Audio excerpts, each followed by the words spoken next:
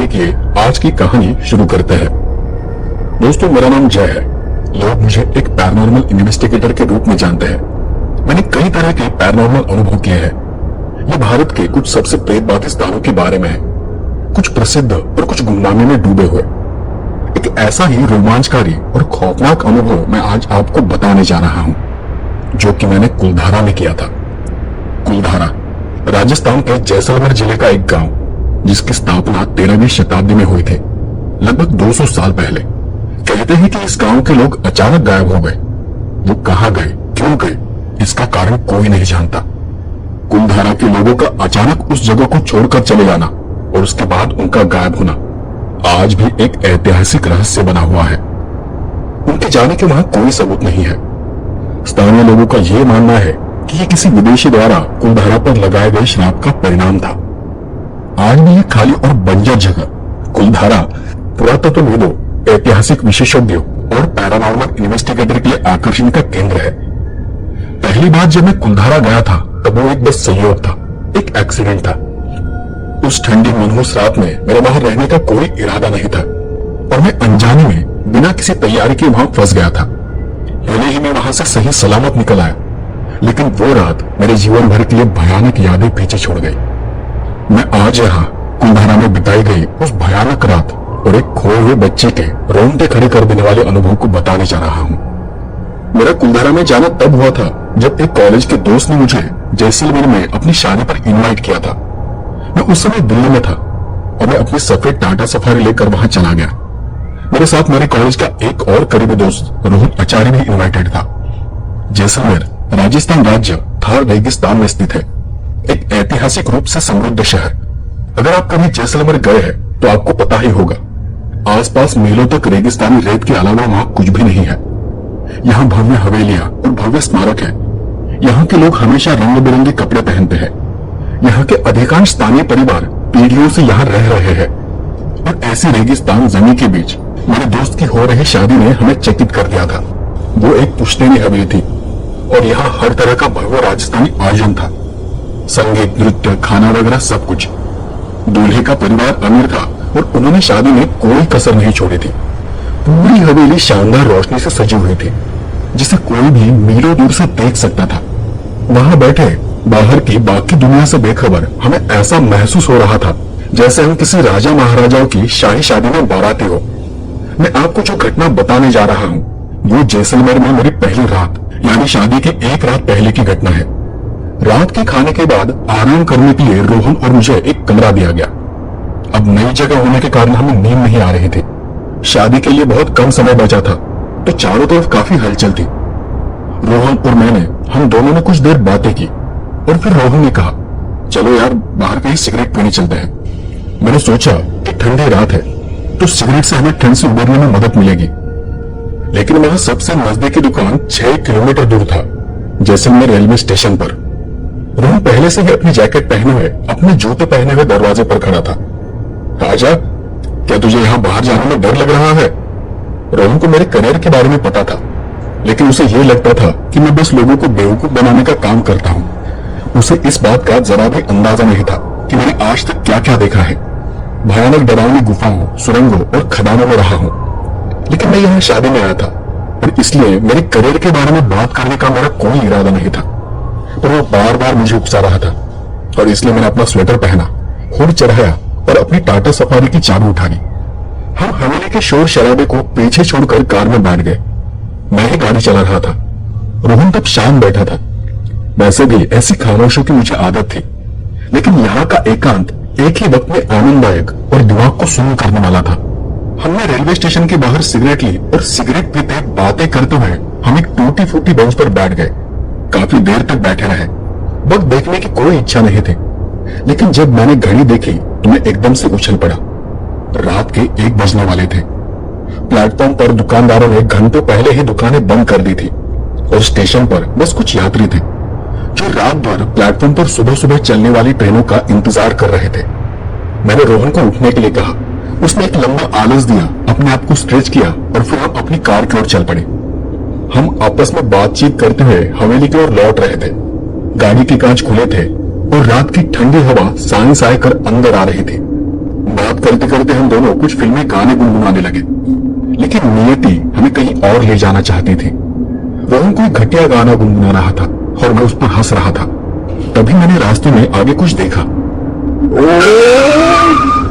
मैंने अपनी पूरी ताकत से ब्रेक लगाया। वहां सामने एक लड़का सड़क के बीचों बीच खड़ा था। वो ऐसा खड़ा था जैसे उसे मरने की कोई परवाह न हो। वो बस हमें घूरे जा रहा था।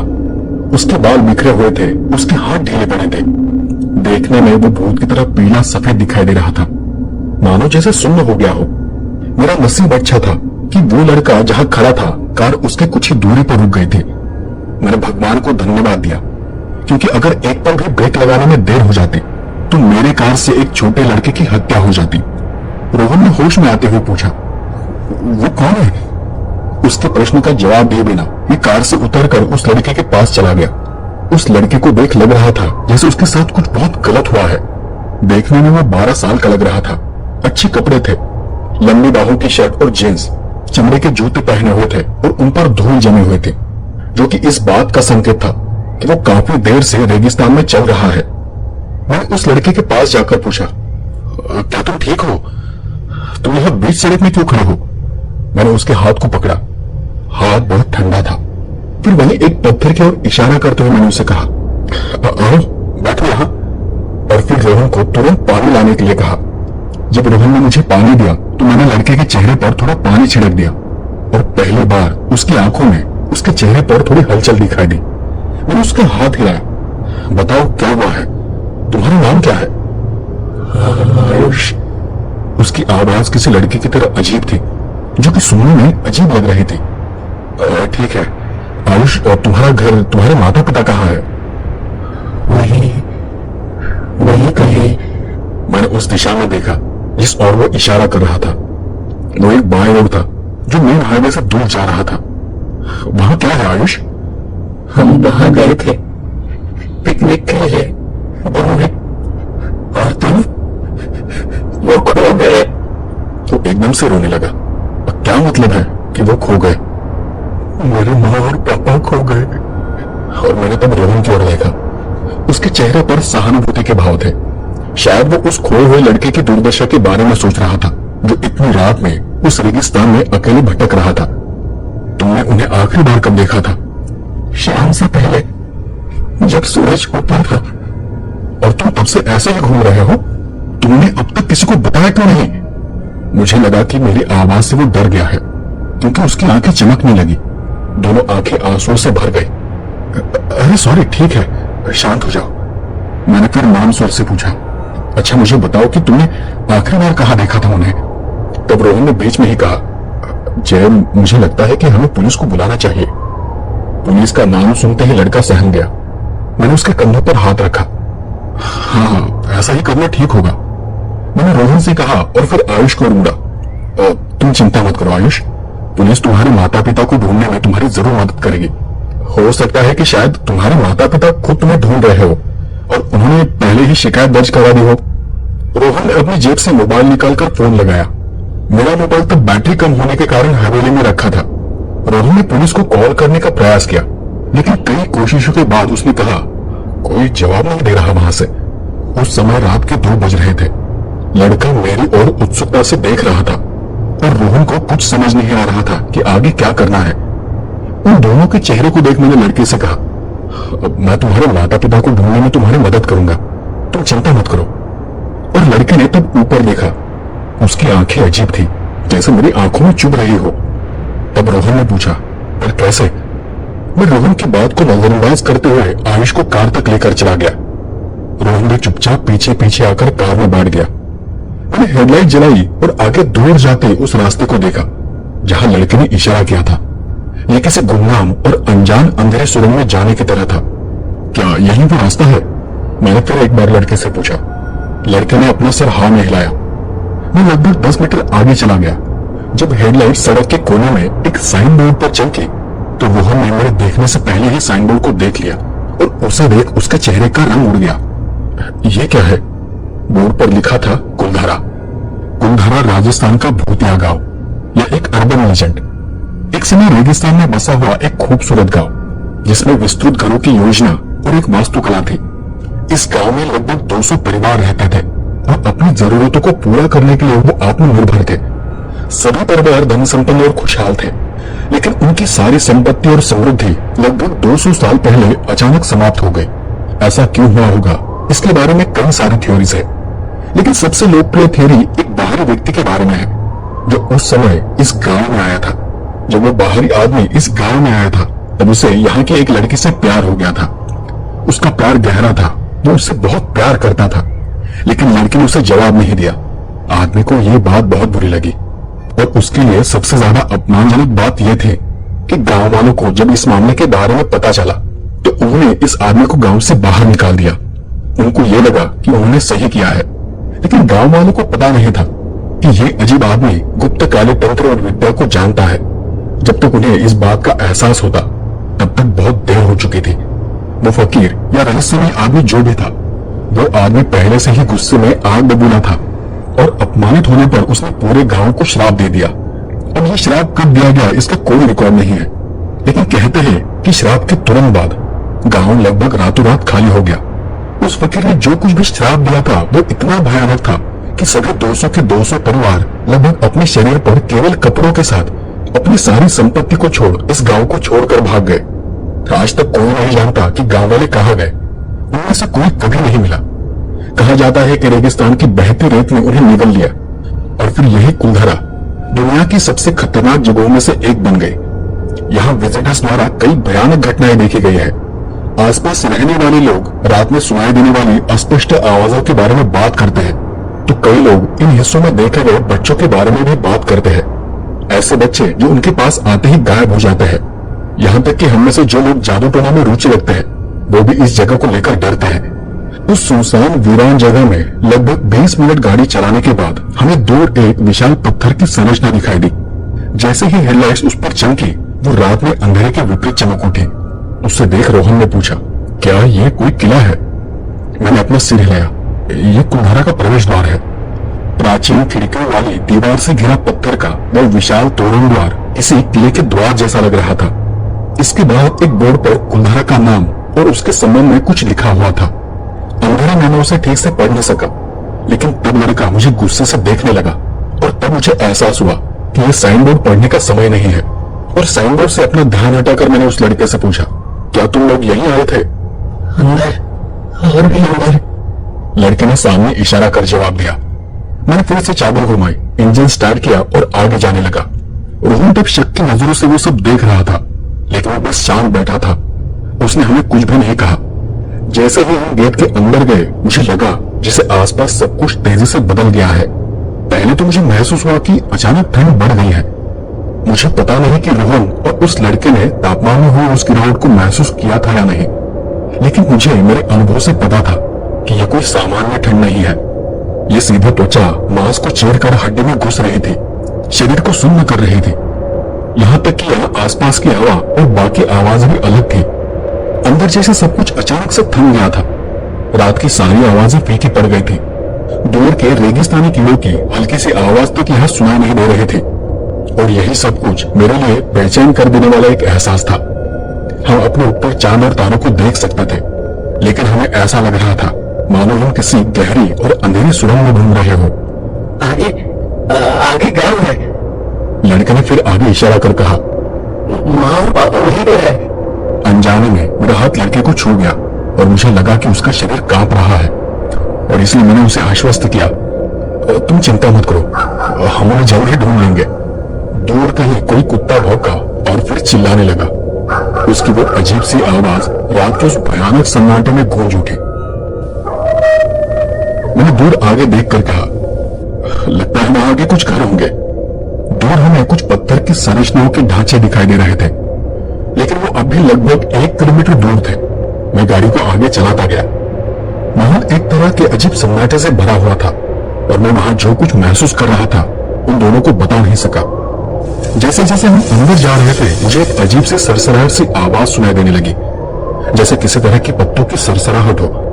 लेकिन जब मैंने आसपास देखा तो देखा कि सड़क के दोनों ओर कोई पेड़ नहीं थे, पर यह आवाज लगातार हमारा पीछा कर रही थी।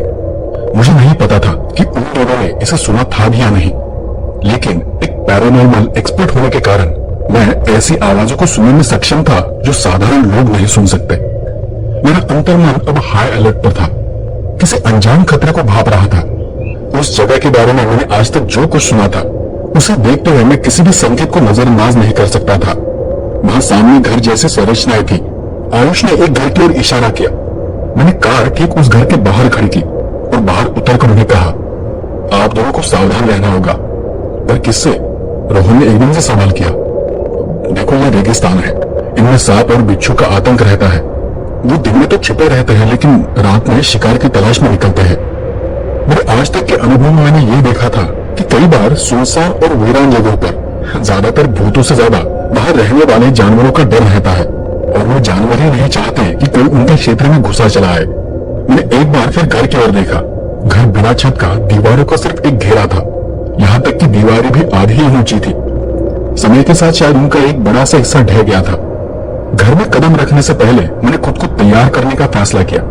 मैं अपनी गाड़ी में हमेशा कुछ जरूरी सामान रखता हूँ, इसलिए मैं वापस गया और कार से अपना इंफ्रारेड थर्मामीटर और केटोमीटर ले लिया।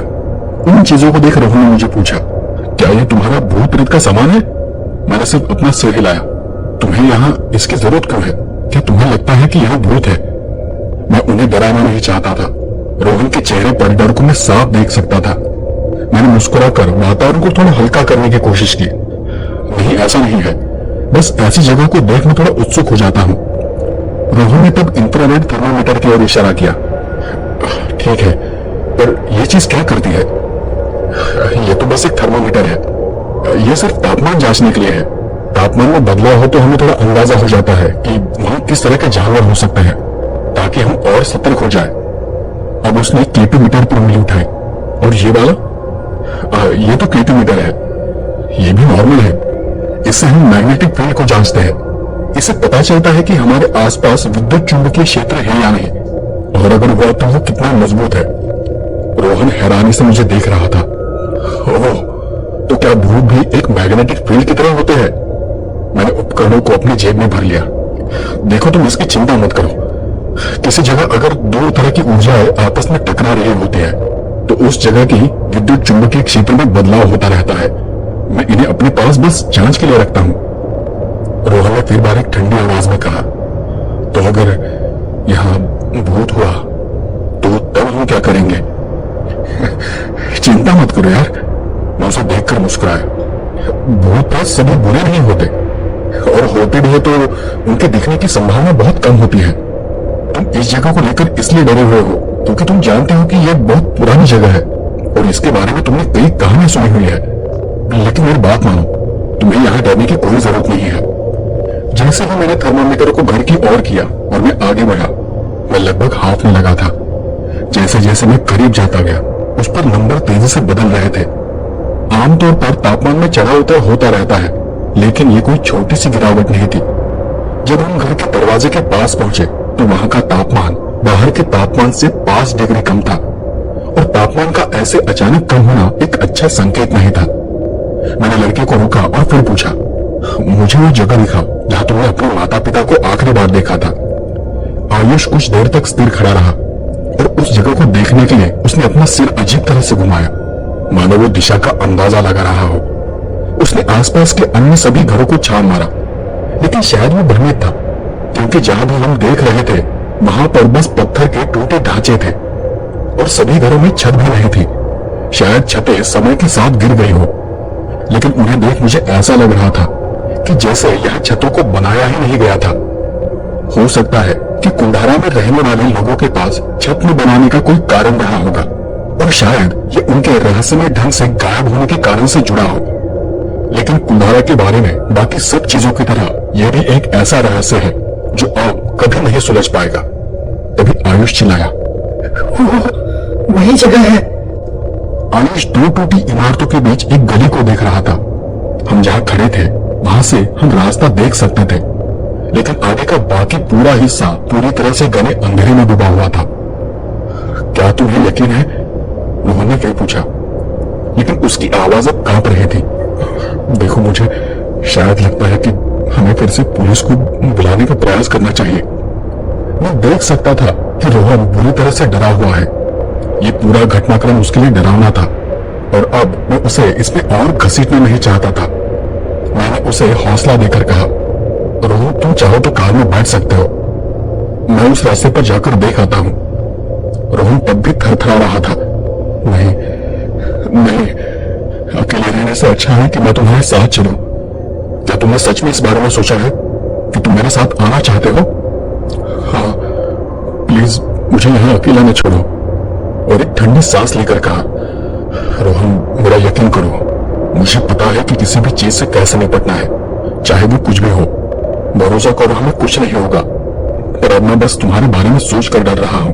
हो सकता है कि यह तुम्हारे लिए आसान ना हो। यहाँ ऐसी चीजें दिखाई दे सकती है जो तुमने कभी नहीं देखी हो, और इसलिए मैं तुम्हें कार में जाने के लिए कह रहा हूं। रोहन ने आसपास नजर घुमाकर कहा, क्या यहाँ भूत है? और तभी मैंने अपने इंफ्रारेड थर्मामीटर में एक अजीब सी रीडिंग देखी। मुझे नहीं पता। अरे बाप रे, क्या तुम अब ये कह रहे हो कि तुम इस बारे में कुछ भी नहीं जानते? और मैंने रोहन को फिर से समझाने की कोशिश की। रोहन देखो, मुझे पता है कि तुम डरे हुए हो, लेकिन मैं बस इस जगह को एक्सप्लोर करना चाहता हूं। मुझ पर विश्वास करो, हमें कोई खतरा नहीं होगा। एक लंबे विराम के बाद रोहन ने कहा, ठीक है ठीक है, मैं तुम्हारे साथ आऊंगा। मैंने उसके कंधे को धीरे से थपथपाते हुए कहा, ठीक है मेरे दोस्त, चलो हम साथ चलते हैं। और उसके बाद मैंने लड़के को कहा, तुम आगे बढ़ो आयुष। लड़का हमसे आगे निकल गया। मैं यह देखकर हैरान था कि वो कितने आराम से चल रहा है, बिना किसी डर के। उसमें जरा से भी झिझक नहीं थी, और चलते हुए वो अंधेरे में चला गया, दूर से आ रही डरावनी आवाजें और अनचाही पंक्तियों की सरसराहट से बेखबर। पता नहीं वो इतना निडर कैसे था। लड़के की उस निडरता को देख रोहन को भी शक हो रहा था। तुम्हें लड़के पर कितना भरोसा है? उसके माता पिता आखिर ऐसे डरावनी जगह पर क्यों आएंगे? हम लड़के से लगभग 10 कदम पीछे थे, वो हमें सुन नहीं सकता था। मैंने उसे बस इतना कहा, देखो रोहन, मुझे नहीं पता कि मैं इसका क्या जवाब दूं। सच कहूं तो मेरे मन में भी इस बात ने घर कर दिया था कि ये लड़का कोई साधारण लड़का नहीं हो सकता। काफी देर से वो लड़का मुझ पर कुछ अजीब सा प्रभाव डाल रहा था। उसकी शक्ल सूरत, उसकी चाल ढाल, सब कुछ ऐसा था जो बिल्कुल अजीब लग रहा था। और अगर लड़का कुछ और है, अगर वो इंसान नहीं है, तो वो क्या है? मेरे दिमाग में यही सब कुछ चल रहा था, और यही सोचते हुए मुझे एक घटना याद आ गई। यह दिल्ली के एक व्यक्ति का मामला था, जिसने दावा किया था कि वो अपनी प्रेमिका के एक रोड एक्सीडेंट में मृत्यु हो जाने के बाद भी कई दिनों तक उसके साथ रहा था। असल में उसे उसकी मृत्यु के बारे में पता ही नहीं था। उन्होंने उन बीते दिनों में एक साथ खाना खाया, एक साथ सोए, यहाँ तक कि प्यार भी किया। और 5 दिन बाद लड़की की मौत की जांच के लिए जब पुलिस ने उसके दरवाजे पर दस्तक दी, तब जाकर उसे पता चला कि लड़की की कब की मौत हो चुकी है। और वो लड़की तब भी अंदर के कमरे में बैठी थी। जब उसने दरवाजा खोला तो वो एकदम से गायब हो गई, और उसके बाद वो आदमी पागल हो गया। वो लड़का कुछ भी हो सकता है, जिसने इंसान जैसा शरीर, आवाज और यहाँ तक की भावनाएं भी विकसित कर ली हो। मैंने रोहन को फिर से आश्वासन दिया, मुझ पर भरोसा रखो रोहन, मुझे पता है कि इससे कैसे निपटा जाता है। रोहन ने या तो मुझ पर उस वक्त भरोसा किया था, या उसके पास इसके अलावा कोई विकल्प ही नहीं था, क्योंकि हम इतने दूर निकल चुके थे कि अकेले वापस नहीं जा सकते थे। इसी बीच मैंने एक कीटोमीटर निकाला। आयुष ने अचानक कहा, ये रहा, ये वही जगह है जहां हम आज दोपहर रुके थे। मैंने चारों ओर देखा। कीटोमीटर अभी भी नॉर्मल था, लेकिन वहां के वातावरण में बदलाव हुआ था। यहाँ की हवा अलग थी, कुछ बासी सी। ये सिलिका की हल्की गंध वाली रेगिस्तान हवा नहीं थी, ये दुर्गंध सड़ती हुई सब्जियों जैसी थी। और रोहन ने आसपास सुनकर पूछा, ये बदबू कैसी है? काश मेरे पास एक गंध मीटर होता। माना जाता है कि आत्माएं जहां भी जाती है वहां सल्फर के निशान छोड़ जाती है, पर यहाँ पर मुझे अपनी इंद्रियों पर निर्भर रहना पड़ा। मैंने रोहन से लगभग 10वीं बार कहा, देखो मेरी बात मानो, तुम अभी गाड़ी में जाकर आराम कर सकते हो। मैंने टॉर्च की रोशनी को घर की दीवारों के चारों ओर और छत तक घुमाया, और तभी मुझे वहां एक अजीब बात नजर आ गई कि इस घर में छत थी। ये घर, इसकी छत कुलधरा की परंपरा से अलग थी। मैं यहाँ वहां देखने लगा। रोहन मेरे पीछे पीछे चला रहा था। मैंने दीवारों पर सदियों पुरानी पेंटिंग के हल्के निशान देखे, फर्श को महसूस किया, जो कि अन्य घरों में जो हमने देखा था उससे बेहतर बना हुआ था। मुझे एक कोने में एक नाला भी मिली, जो शायद किसी समय घर का बाथरूम हुआ करती होगी। ये घर दूसरे घरों से अलग है। मैंने अपनी बात कही। मुझे लगता है कि ये यहाँ के मुखिया का घर रहा होगा। रोहन ने मेरी तरफ देखते हुए सवाल किया। मुखिया? हाँ, गांव का मुखिया, जो गांव को चलाता है। लड़का फिर से चिल्लाया और इस बार तो मैं और भी चौंक गया। यहाँ देखो। मैंने तुरंत टॉर्च को उस स्थान पर घुमाया। वहां पर बिस्किट और स्नैक्स के प्लास्टिक के रैपर इधर उधर बिखरे पड़े थे और वहीं पास में एक आधा खाया हुआ सैंडविच भी था, जो कि अब भी ताजा था। जहाँ यही वो जगह है जहाँ हम पिकनिक मना रहे थे। इन सब चीजों को देख रोहन ने कहा, मतलब ये सच बोल रहा है? ये तो ताजा खुले पैकेट है। मैंने इस पर कुछ नहीं कहा क्योंकि मैं जानता था कि हम यहाँ आत्माओं से निपट रहे थे। आत्मा की दुनिया में ऐसा भ्रम पैदा करना कोई बड़ी बात नहीं है। मैंने उन चीजों को गौर से देखा और अचानक मुझे एक बहुत सडन की तेज बदबू आने लगी। वो एक तरह की बहुत ही अजीब दुर्गंध थी। अब मुझे सावधानी से काम लेना था। अगर ये लड़का वास्तव में कुछ और है, अगर ये इंसान नहीं है, तो हम पहले ही उसके डोमेन में आ चुके हैं। मैं जानता था कि यहाँ से निकलना मुश्किल तो होगा, लेकिन रोहन मेरे साथ था और इसलिए मैंने सोचा कि मुझे अपना अगला हर कदम बहुत सावधानी से रखना होगा। मैंने उस लड़के की ओर देखा और कहा, आयुष, तुम चिंता मत करो, मैं तुम्हारे माता पिता को जरूर ढूंढ लूंगा। अगर वो सच में यहाँ थे तो इस जगह पर हमें कुछ ना कुछ तो जरूर मिल जाएगा। और जब मैंने ये कहा तो मैंने देखा कि लड़के के चेहरे पर किसी भी तरह की परेशानी या चिंता के कोई भाव नहीं थे। इसके बजाय उसके चेहरे पर एक हल्की सी मुस्कान फैली हुई थी।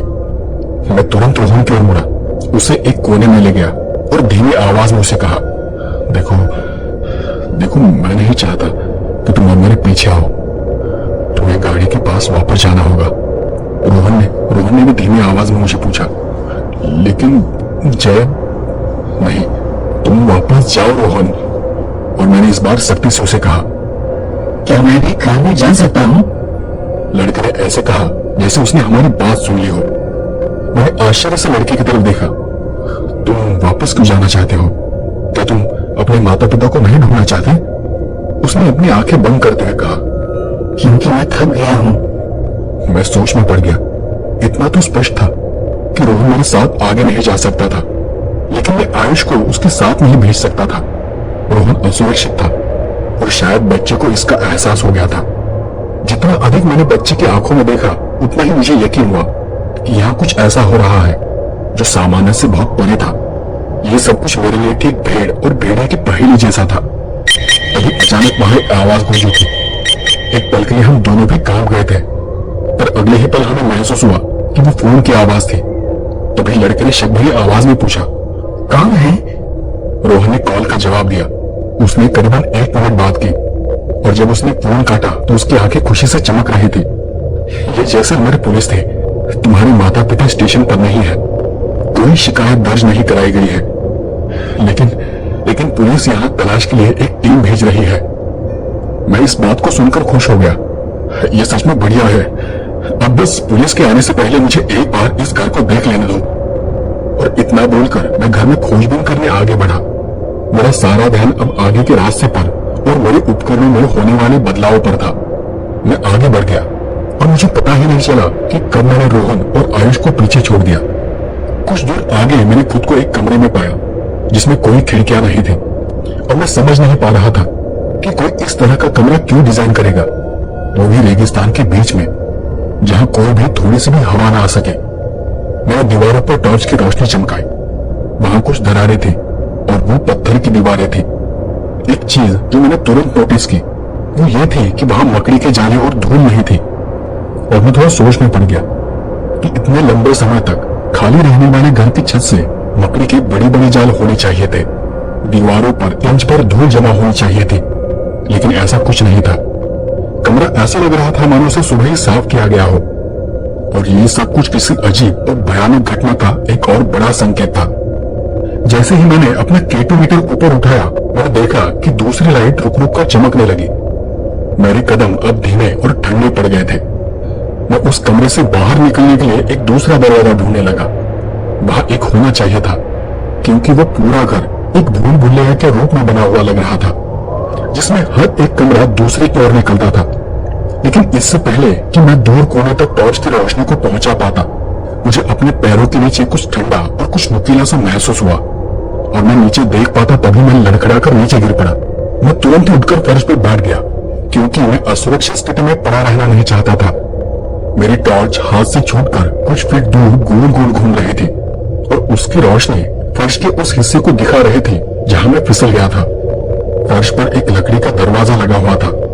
उसके गोल पीतल के हैंडल में मेरा पैर फंसा था और इसलिए मैं नीचे गिरा था।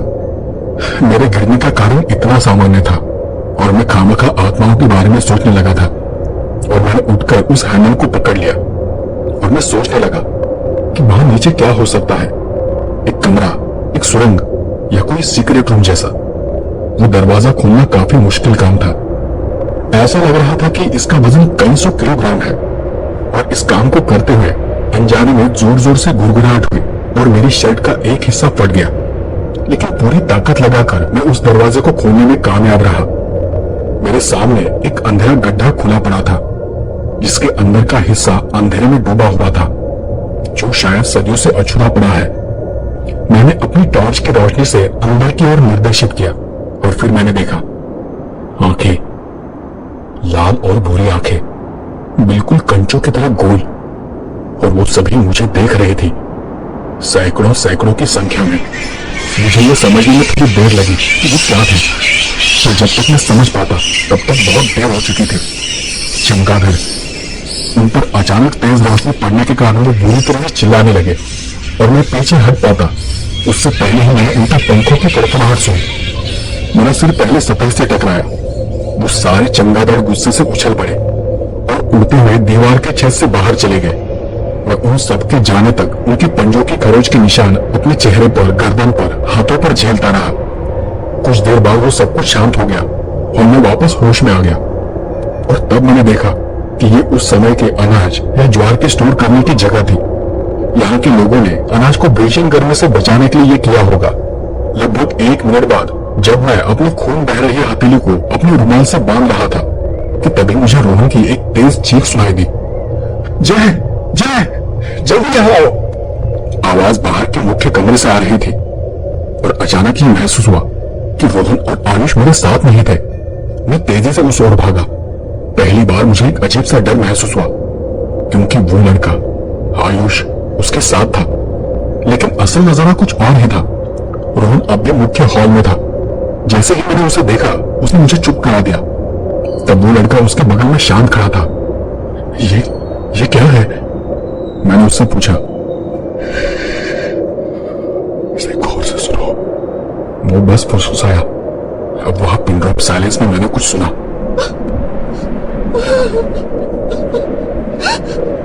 ये रोने की आवाज। ये कौन है? और तभी आयुष बीच में बोला, ये वो लड़की है। लड़की? आवाज अब और तेज और स्पष्ट आने लगी। ये एक लड़की की रोने की, सिसकने की और साथ ही साथ मुस्कुराने की आवाज थी। कौन सी लड़की? मैं उस लड़के से पूछा। आयुष ने अपनी ठंडी आंखों से मुझे देखकर जवाब दिया। बाहर एक लड़की थी। जब मैं अपने माता पिता की तलाश कर रहा था तब मैंने उसे देखा था। वो कैसे दिखती है? मुझसे बड़ी है, काफी बड़ी। लेकिन क्या? उसने पुराने और गंदे कपड़े पहने हुए हैं। क्या उसने तुमसे बात की थी? कुछ बताया था इस जगह के बारे में? नहीं।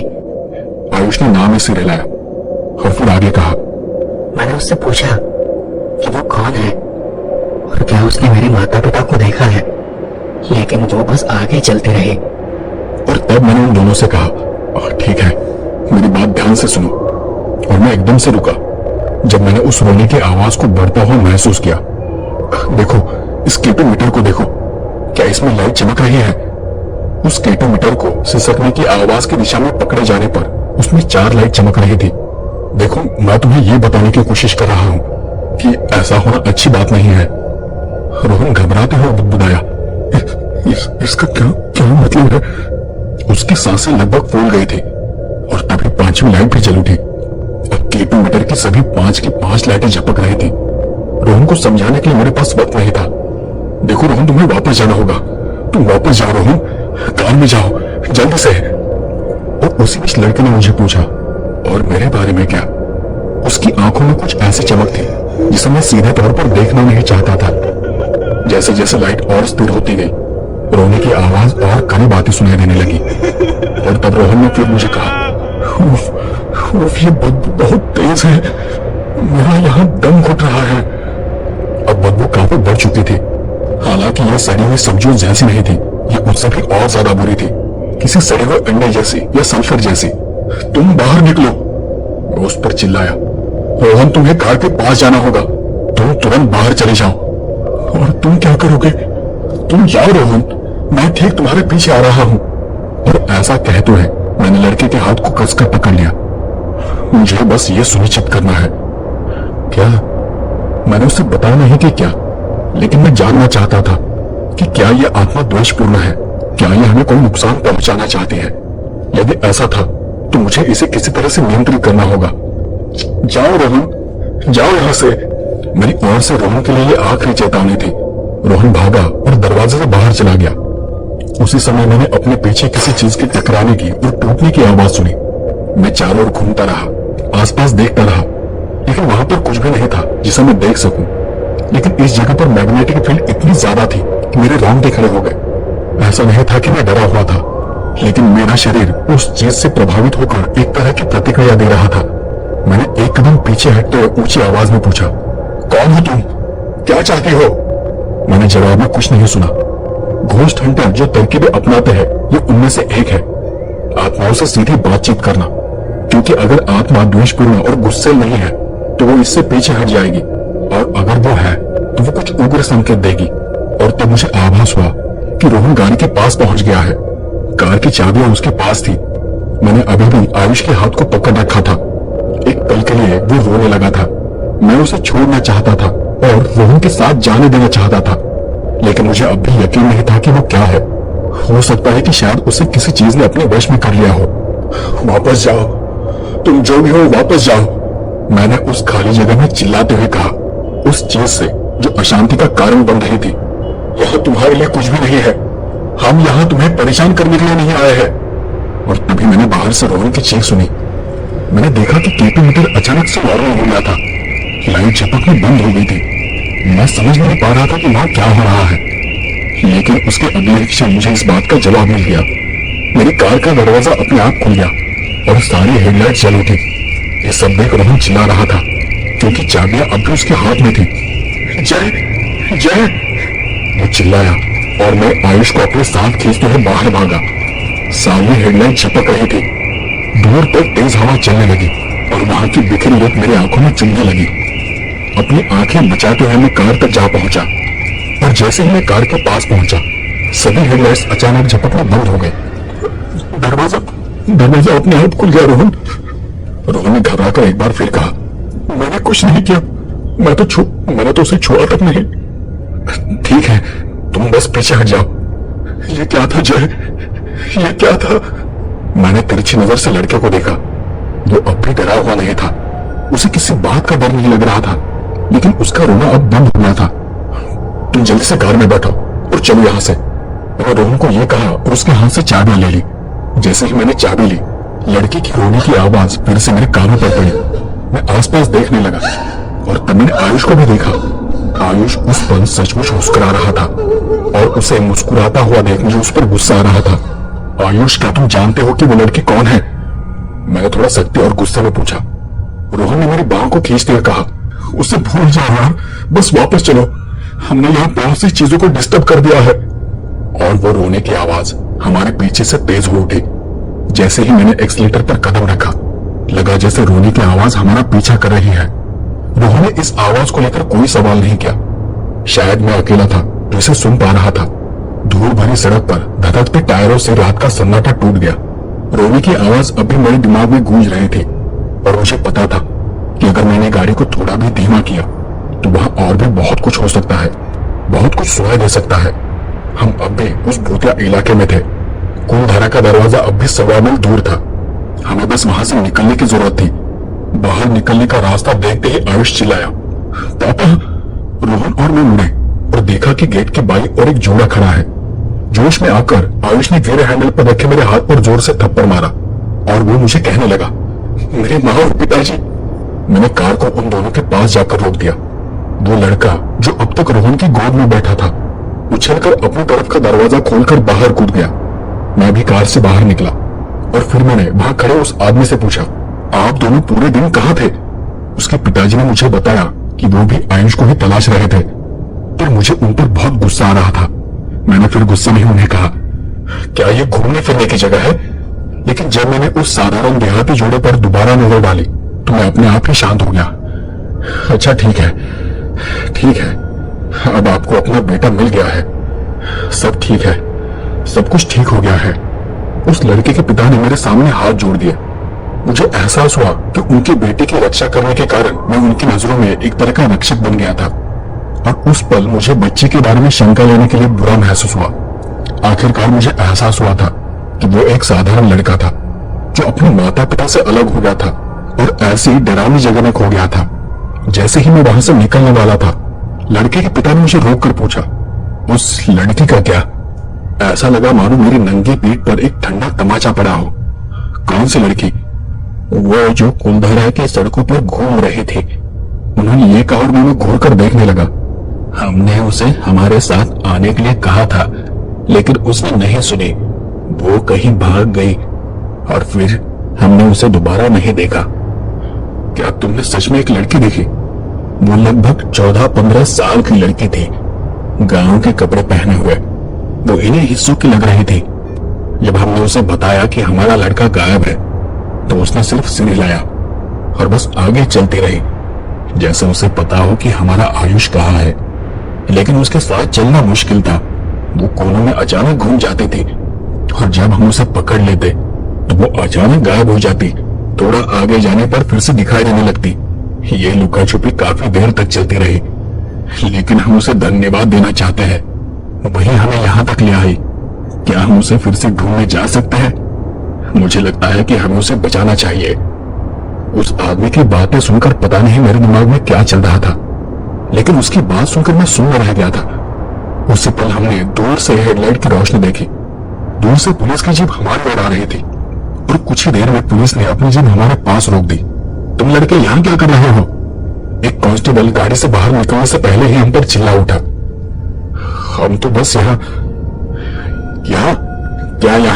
क्या तुम नहीं जानते कि यह जगह कितनी खतरनाक है? हमने हाँ में सिर हिलाया और मैंने उन्हें समझाने की कोशिश की। हमें बस एक खोया हुआ लड़का मिला था जिसने हमें बताया कि उसके माता पिता यहाँ खो गए हैं। हम बस उसकी मदद कर रहे थे, उसके माता पिता को ढूंढने के लिए।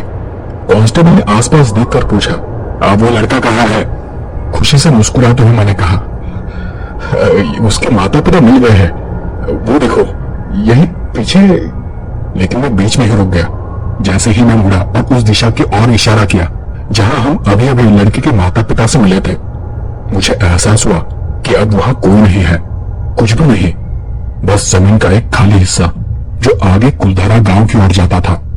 कांस्टेबल ने शायद मेरी कांपती उंगली को देख लिया था और मुझे देख उसने फिर शांति से कहा, आप दोनों भाग्यशाली हैं। शायद आप जानते नहीं कि दूसरे लोग इतने भाग्यशाली नहीं रहे हैं।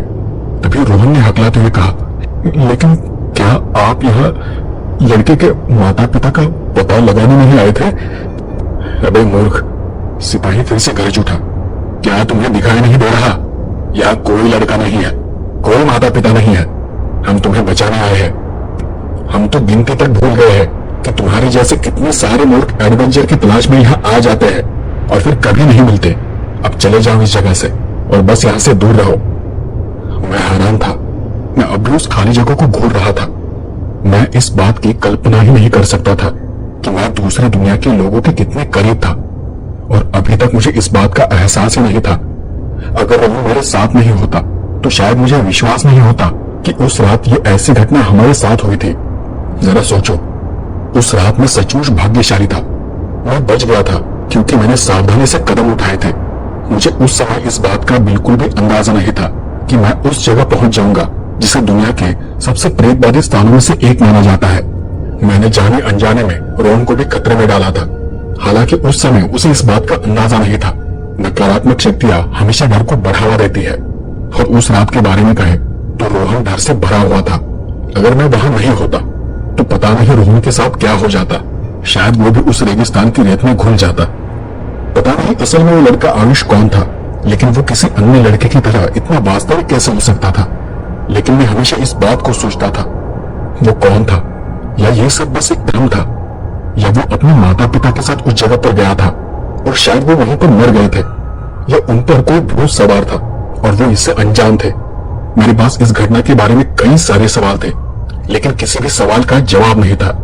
अगर मैं उस रात सतर्क न होता तो शायद मैं भी कुलधारा के गांव में अनंत काल तक घूमता रह जाता। लेकिन एक बात थी जो मेरे मन में घर कर गई थी, और जो मैंने आयुष की आंखों में देखा था जब उसने अपने पिता का हाथ पकड़ा, और जब हम पुलिस की जीप की ओर बढ़े तब मैंने उसे अलविदा कहने के लिए एक बार उसकी ओर देखा था। वो तब भी मुझे घूर रहा था। उस नजर में मैंने कुछ ऐसा देखा जो मैंने कभी किसी और की आंखों में नहीं देखा था।